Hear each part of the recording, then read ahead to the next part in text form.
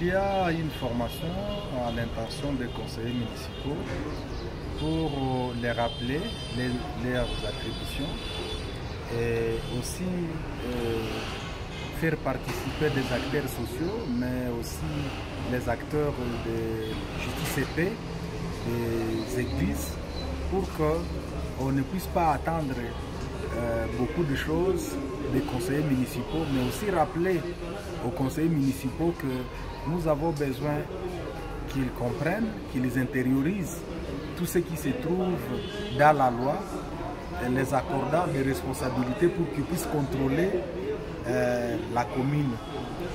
Nous avons pensé qu'il faudra qu'ils maîtrisent ces questions pour que quand l'état de siège sera levé, qu'ils soient en mesure de travailler pour préserver les intérêts de la population avec la dose de la bonne gouvernance, de la transparence, mais aussi de la redevabilité. C'est important, d'autant plus que quand nous avons des autorités au niveau local, même s'il pourrait y avoir des insuffisances au niveau national, provincial, mais au niveau local, ces autorités s'occuperaient mieux des problèmes de la population. Et vous savez que nous sommes une nouvelle institution, un organe délibérant issu des élections de la conseillerie municipale dans notre ville. Et il est de notre coutume, lorsque nous sommes élus, nous devons avoir des formations, des capacitations pour que lorsque nous allons faire, nous allons être en mission de service, nous puissions le faire avec les instruments qui nous permettent de bien le faire. Alors, en tant que représentant et élu du peuple, il a plu à l'organisation de venir nous former. Et ils nous ont formés sur 4 thèmes.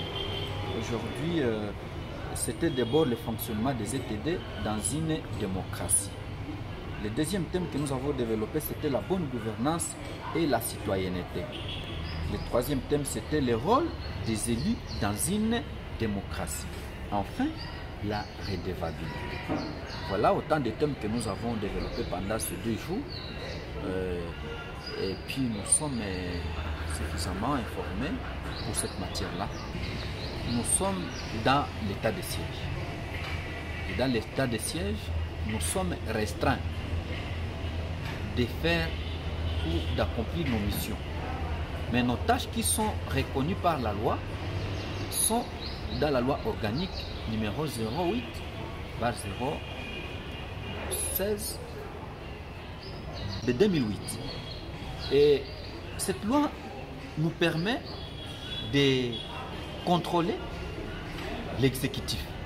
Mais aujourd'hui, nous n'avons pas encore l'exécutif que nous avons élu.